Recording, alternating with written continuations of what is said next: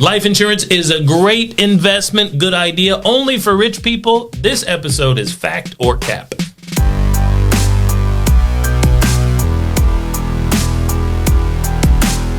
What's up, everybody? Jdew and Jonah back here for the Cash Compound podcast. We're the Banking Bros, and we are going to kind of peruse some of the things that we see on the internet. We sure are. And the World Wide Webs. And check in with each other on the truth or dares of what other people say. That's right. So we've got, I pulled some things from TikTok, one of our favorite platforms. I pulled some things from Instagram. I pulled some things from Twitter. I got things from everywhere, and we're going to talk fact or cap, right? So for those of you who are at home, what this means is, are they telling the truth or are they lying to us, right? And so we're going to debunk them as we go through in today's episode. But before we do that, I think we should actually give a sponsor, because we've missed doing this in a few episodes. So we should actually give a shout out. Did I say a different word? You said sponsor there for a second. I was like, we got sponsors? We should. Man, where have I been? If you want a sponsor, there it is. Let us know. But I wanted to give a shout out to our fan follow of the week. And our fan follow of the week is Brian Cole. Brian is following us on YouTube. He's one of the subscribers technically on YouTube. He's recently subscribed to us. It's only been a few days. So we want to give a shout out. Brian, if you're watching, leave us a comment, man. Let us know. Give us a question. We want to answer your question on one of our next episodes. So in case you have something, in case something's brought up in this episode that you want to talk about or you have questions about, let us know. Speaking of our subscribers, Jonah, I was watching one of everyone's in the world, but America's favorite YouTubers. We've got YouTube subscribers right now, 3,000 or so. Just over 3,000, I believe, at this point. 3150. We're in the fourth quarter here of 2022, whenever you might be binge listening to this or watching it on YouTube. Thank you. But I was watching Mr. Beast, and I was like, we got to do more for our subscribers. We've got to pull some cash value out from these policies and then send them on a trip or at least like a hunt or an adventure. If you can stand in this square for 24 hours, you can get have a month's worth of cash value. There it is. Okay. I like that. Coming soon. We'll be thinking, give us ideas on that. Okay. So, I've got a few. You got some? Okay, yeah. So I pulled this, and again, we're going to throw the images up on the screen. So if you're watching on YouTube, you'll be able to see things. If you're just listening via Google, via Apple, via Spotify, I'll walk you through it. So it's fact or cap. All right. So here's the statement for you. It's from a post. Should we say who posted it? I guess we're putting it up, right? We're putting it up anyway. All right. So it doesn't really matter. Wealth Society 2.0, they say, when you realize $100,000 a year is just $278 a day, which is just $5 $56 sales, it's more achievable than you think. Fact or cap? I think that is, I would say that's fact. That's assuming that the math is right, and I did one of those maths really quickly because it's like maths plural in every other. You just spent time in Europe. Was it maths? Is it maths? Yes, it probably maths was. Everywhere else. Just math. Can you Adam and Eve it? I don't. That's cool. I don't know what it. Anyway. So the point is, yes. Now here's the thing where it's tough for most people to deal with. When we're in an environment of growth, in entrepreneurship, in business, in the world, you think about those types of numbers differently because still most people out there are followers and not leaders, Jonah. So most people out there are working a job and trying to figure out, should I, could I, would I be successful in some sort of side hustle? So those numbers to them are not actually achievable mentally because they work a job where it's a predetermined amount they're going to bring home. That's right. So it is fact, but I think a lot of people consider themselves a little further away from those numbers than they really could be. We hope you're successful. Come up with your side hustle and go for it. All right, so that one was actually brought to you by Instagram. Okay, cool. I've got a new one that's brought to you. Oh, we're on Instagram again. Okay. This one says, in 20 years... $50,000 kept in a savings account will be worth $50,604. $604 of growth in 20 years. They've got three of them, so I'll go do one at a time. Right. Fact or cap? So that's probably fact. I don't know that interest growth rate, but if we're talking about a 0.07% account, I'm sure that's right. All right, cool. $50,000 put in the stock market could be worth $336,375. Very specific number for a word in there that says could. So I'm going to Factor have cap. to go with cap, not because it could not. I'm saying that, yeah, where did you come up with that? He's obviously using some real maths, right? There's a number that's going to allow for that to be the total, but if that were guaranteed, which we like to talk about on this channel with our tools and contracts that we use, then everyone would obviously go for it. Right. Or they would understand, because that is not a guaranteed number. My 2 cents is $50,000 put in the stock market could be worth $336,375, and it also could be worth $0. It also could be worth $336 million. Yeah, I mean, so that to me that's cap. That's cap. Where do you come up with that? Yeah, I mean, we like the guy, but I think you guys with context understand what we're saying. Okay, he's got one more here. $50,000 put into real estate could be worth $4,336,809. Could, but I have to go cap again. Who knows? There's 100 different ways to make money in real estate. A lot of you are already contemplating making money in real estate. Totally fine. Obviously, the math is true. The cap is That maybe we're could. acting like that word this could. is guaranteed. Right? To me personally, I'm going, what kind of post is that? You put right. That's what I'm asking. But it's you, okay. Actually. So, like, what was the rest of the post? That's the whole post. That's the whole post. Like, there was no description, No. caption, nothing? No, that's the post. Okay, maybe Had we lots have of to- likes. Maybe we have to follow this Had dude lots to see of what lots he of does. likes. Lots of likes. Did you guys like that? Let us know. Could be worth. Keyword could. Could also be worth nothing. Of course it could. All right, what you got? You got one for me? Or you want me to keep going? I do, but we're going to have to listen to it here for a second, okay? So this one says, in the description and the caption that covers the TikTok, all right, it says, don't buy life insurance for your kids. Interesting. So Okay. what would you say first off to that sentence? Factor cap? That's big cap. Big cap. Again, we're talking about. He hasn't said anything about cash value as of this point, from what I've heard. Don't buy life insurance for your kids. Again, life insurance is there in its general form to protect against a loss. Children can go at any time, just like anyone else can. So why you wouldn't buy insurance on a child, I'd have to know more. But so far, from what he said, that's big cap. That's terrible advice. So obviously, what we're doing on this episode, ladies and gentlemen, is trying to clear through and weed through the clickbait, right? Because actually, Jonah, in this one, which we might play for you guys or leave you a link or something like that, this radio host is interviewing Dr. Boyce Watkins, who talks a lot about things like what we talk about, not the exact same stuff.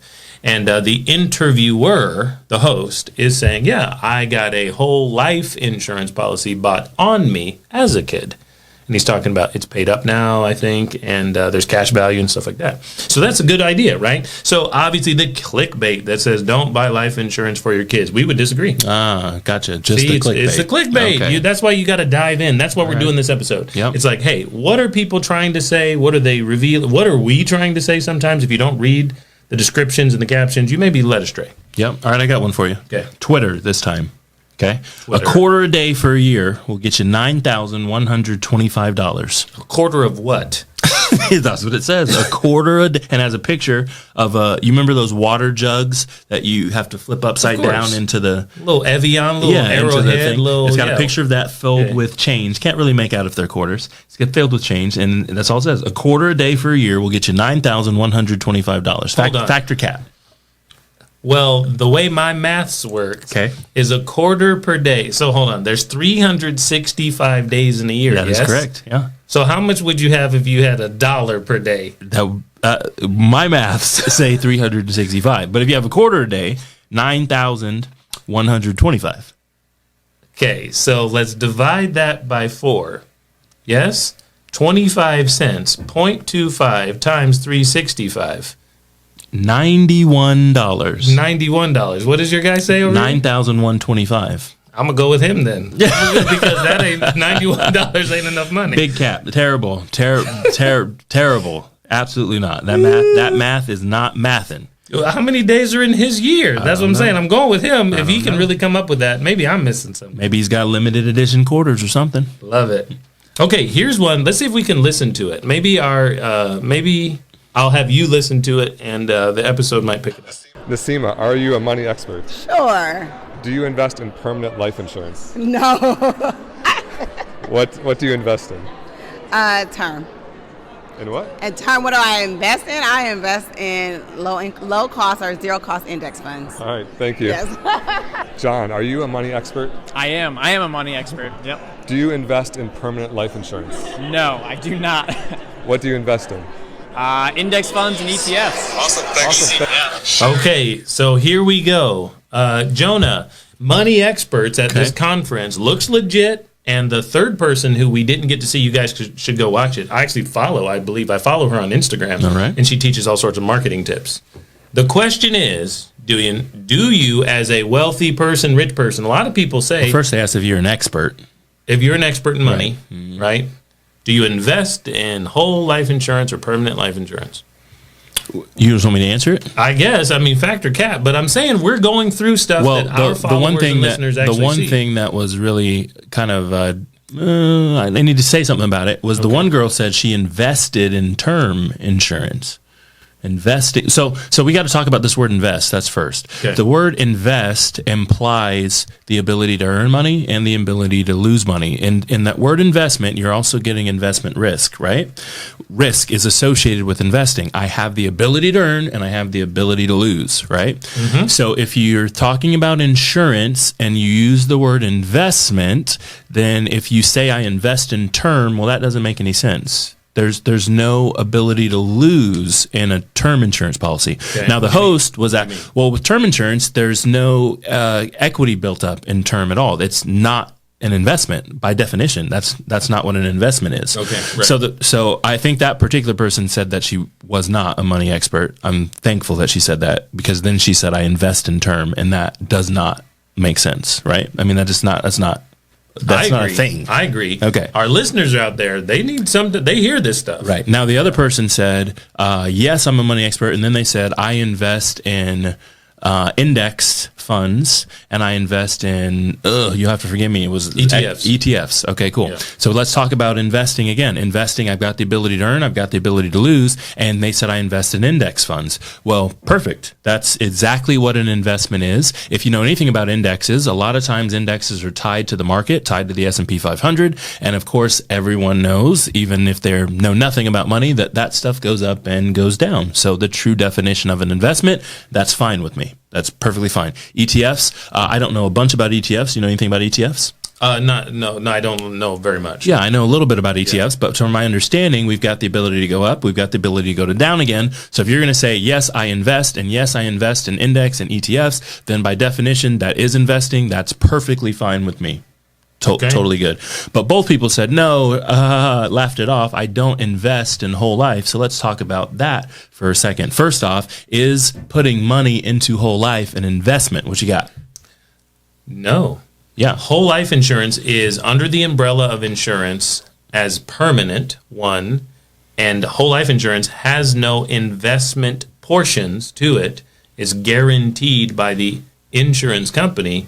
Not an investment at all. There it is. Guaranteed contract. So the host asking, do you invest in permanent life insurance is like it's like a bad question. It's a trick question. It's kind of like a trick question. Yeah, you can't do that either, right? So you can put money in, but it's guaranteed to be there. Yeah. It's guaranteed to grow. It's guaranteed to have equity. So realistically, understanding a little bit about insurance and having a little bit of the background that we have, as I heard that video, I'm going, man, nothing has made sense since the video started. I mean, this does not. Right. This is bad. Here's the reason that it got brought up, ladies and gentlemen, is because if you're watching folks like us, the Chinese government has probably got the algorithm pegging you with stuff like that as well. So to the untrained eye, you may not be realizing what we are saying, let alone other people. What we are saying when we talk about utilizing cash value life insurance, whole life insurance, permanent insurance, is we're using it as a depository because everything we put in there stays there and has guarantees attached to it. It grows, it builds for you, you can leverage and borrow against it, and you're never going to have it lapse. Yeah. So let me decipher the video one more time, like line by line. So the host says, hey, are you a money expert? Me personally, I would have said, no, I'm not an expert, right? No, I'm not an expert. Do you invest in permanent life insurance? I would have also said, no. I use permanent life insurance more than anything else that I use in the financial world, but that's not an investment. So personally, I would have said no. I don't invest in whole life insurance. Well, what do you invest in? And my personal answer would have been nothing, because I don't like to lose money. And in investing implies the risk. Make money, lose money. And I don't like to lose money. I don't invest in anything. Now, I do use permanent life insurance, whole life insurance, to build infinite banking policies, which if you're watching this podcast, you definitely understand that that is all that we do here. But that is not an investment. Those kind of setup and questions in that post was cap. It was just big cap to me. It was not good. So here's one that comes up all the time. If you don't have one, I've got one for you. And this is one that I haven't found a specific post for, but I hear it all the time, is factor cap. Okay. When you die, whole life insurance pays out a death benefit, but the insurance company keeps the cash value. So cash value is actually part of the death benefit. That's where the money's coming from. So if you've got a death benefit of $1 million, okay, and your cash value is $100,000, when you take that cash value, your death benefit drops to $900,000. The cash value is coming from the death benefit, right? If the insurance company gave you the cash value and the death benefit, then they'd be promising you 1.1, right? Or 100, whatever I said. They'd be giving you both things. That's not what it is, right? Imagine I say, I owe you $100,000. I owe you $100,000. Let's go. And then you go, okay, cool. I know you don't have 100,000, or there's stipulations around getting the 100,000 right now. Can I just have like $10,000? And I say, sure, I'll give you $10,000. And then you pass away, and your wife comes and says, well, you owe me that $100,000 and the 10. What? No, I don't. What kind of math is that, right? No, I don't. I owe you $90,000. I already gave you $10,000 of the dollars. Does that make sense? That's exactly what's happening here. So when people get on the internet and they say, oh, they don't give you the cash value, they only give you the death benefit, that's all they were supposed to give you. Hey, those guys, those banking bros and other folks don't tell you. What they try to hide from you is the insurance company keeps that money and then only gives you that fact or cap. It's big cap. Like what? That's not... It's part of the death benefit. All they promised was the death benefit. We're designing these policies so you can get some of it early. That's it, right? It's not coming from two different spots. Okay, I've got one. This is going to be good. All right, cool. It came from one of the most influential financial gurus out there. Kid you not. This is a post screenshot from his post. I'll give you a hint. His post. Okay, rhymes with shame cramsy. That is correct. His post. Screenshot. Shame. If you buy a MacBook Pro with cash... Okay. You spend $2,500. If you use a credit, I'm gonna go with so far. I'm with you. I'm feeling. I've been down there to the Apple store. I'm gonna go with. I mean, there are some cheaper than $2,500 and more expensive than $2,500. That's not the point. I need a $2,500 one right now. If you use a credit card and pay the minimum of $50 a month, it will cost you $4,655.55 over 7 years and 10 months. That's it. It's the whole post. Oh, well, I'm assuming that is fact based on the interest charge on that. I don't know. Exactly. That's so for me, when I saw this post, I'm going, you didn't tell us anything else. You no interest rate, no credit card. Who says the minimum's $50? Like you just... Is it? Yeah. Like what? No. First off, and here's my 2 cents on the post. If you buy a MacBook Pro with cash, you spend $2,500. I agree. But here's the problem. You lost $2,500, right? You don't have the money anymore. You've got a computer. I've got a computer right here. Right. But I don't.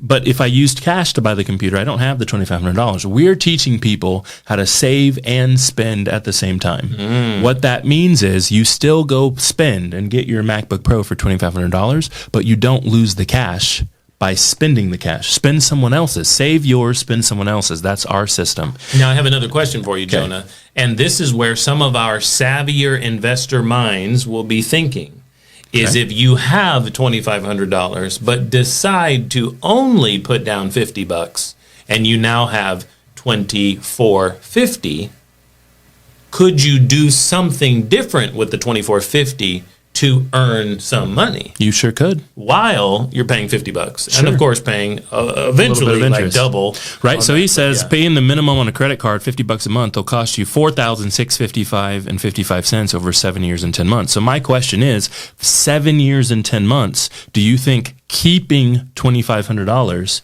you could earn more than the difference of $2,100 in 7 years? I think many people realize they can, and they're also doing that. So you need to think about the word, and this is what I missed for the first year of someone trying to teach us 8 years ago, hey, you have to finance everything you buy. That's right. I didn't get that. I didn't understand what that meant because I was one of those cash guys, right? You had some credit cards, you had some debt, I'd paid off mine, and I was always thinking about cash. But I did not think if I still had $24.50, could I be doing things with it in different financing strategies to make more than whatever that difference was, $2,100. There it is. I got one more for you. Okay. You're going to love it. Rick Sanchez, this comes from Twitter. Everyone's telling me to check my 401k as if I know how. Rick Sanchez, kid you not. Rick, but see, the way I did it, see, I got a checking and a savings. Yep. 60,000 likes. Rick is out here. I'm about to follow Rick, first off, is the main thing. No, I was in that same boat, you know. I went and got a job after school. I started up my own policy. My job had small business, had no retirement plan. I went down to the guy and I started my own, and it was a Roth IRA. Of course, they were invented in the 80s or whatever. And I said, hey, this is where I'm going to get my dollars in. I'm going to grow them, income tax free, pull them out later, right? And I agree. I didn't know what was happening at work or in the Roth, actually. I had no clue. And my favorite part about Rick is he's just being honest out here on Twitter, right? Put his feet up, about to watch his show. It was like, look, another commercial came on, somebody saying something, as if I know how. Rick is just being honest. Yo, I will never retire. I hope I don't have to, or I don't get sick, or my back aches until I'm 903 years old, because I don't know what I'm doing. There it is. Yeah. There it is. Ladies and gentlemen, that is our episode for today. That's Fact or Cap. If you've seen some videos or you've seen some posts online and you're thinking, wait a second, that's not adding up, let us know. We'll do another episode of Fact or Cap with maybe a little bit later on with completely new posts, and we want to see yours or the things that you've seen as well. For now, we're going to sign off, but if you have not seen our full presentation on infinite banking or privatized banking, make sure you click the link below the video or in the bio, just depending on where you're listening or watching, and we'll talk to you guys next time.